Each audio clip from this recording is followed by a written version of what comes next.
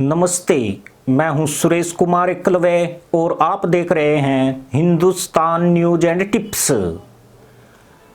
पिछले एक हफ्ते से रूस ने जिस तरह से यूक्रेन पर हमले शुरू किए हैं उसे देखकर साफ कहा जा सकता है कि अब यह रूसी सेना का ऑपरेशन लगभग युद्ध में तब्दील हो गया है।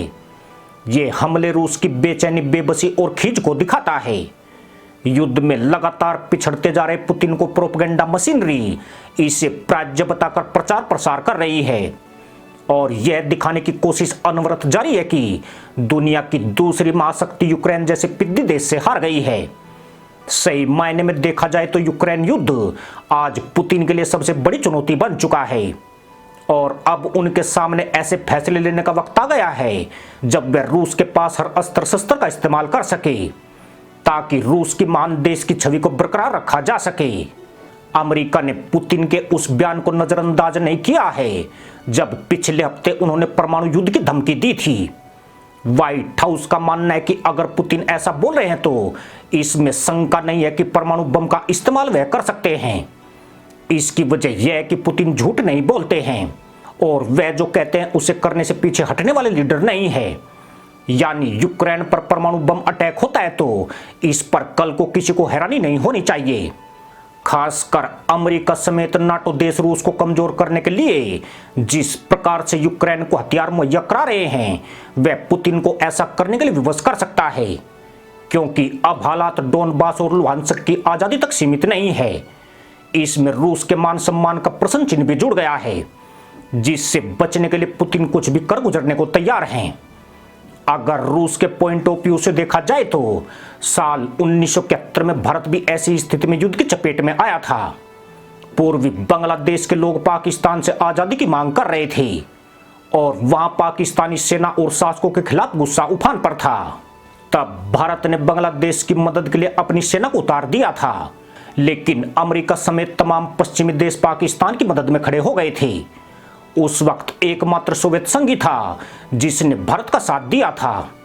आज अगर बांग्लादेश का अस्तित्व है तो और भारत सन 71 की विजय का जश्न मनाता है तो वह तत्कालीन सोवियत संघ की बदौलत संभव हुआ है। अन्यथा अमेरिका और ब्रिटेन ने अपने युद्धपोत पाकिस्तान की मदद के लिए रवाना कर दिए थे जिनके मैदान में आने से युद्ध की तस्वीर बदल जाती, लेकिन रूस ने समुद्र में बीच रास्ते में ही उनको रोककर उन्हें वापस लौटने को मजबूर कर दिया। जिसके बाद दुनिया सदैव मानती रही है कि अगर रूस ने भारत का साथ नहीं दिया होता तो पाकिस्तान के टुकड़े होना बहुत ही मुश्किल था। आज रूस भी भारत जैसी स्थिति में ही फंस गया है।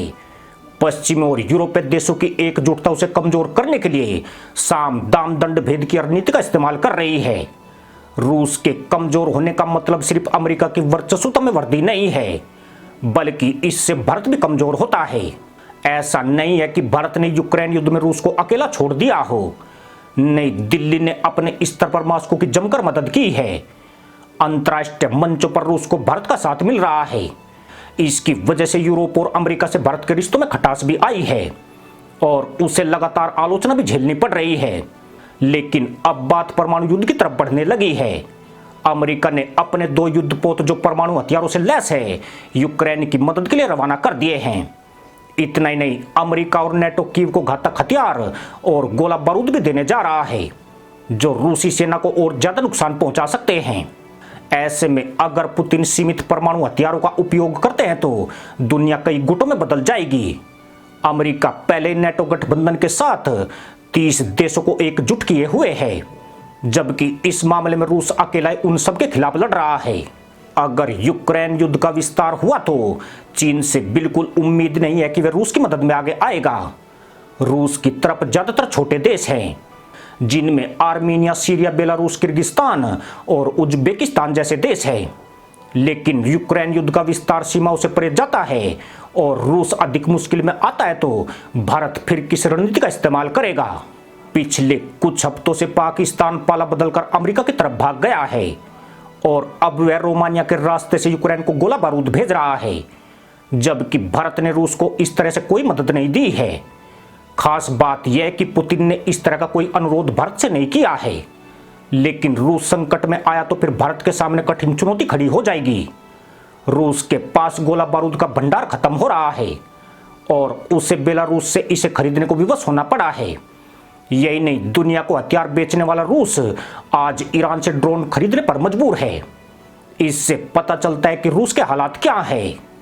भारत सीधे तौर पर अपने सैनिकों की रूस की तरफ से लड़ाई में कभी नहीं उतारेगा, लेकिन भारत उसकी मदद से पीछे हट जाएगा, इस पर किसी को यकीन नहीं है। यही आशंका अमेरिका और यूरोप को भी डरा रही है, क्योंकि भारत और रूस की दोस्ती दुनिया में सबसे मजबूत मानी जाती है।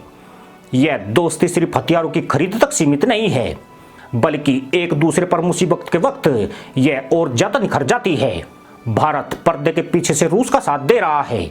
बयानबाजी होना कूटनीति का हिस्सा है, लेकिन पर्दे के पीछे बहुत कुछ चलता है।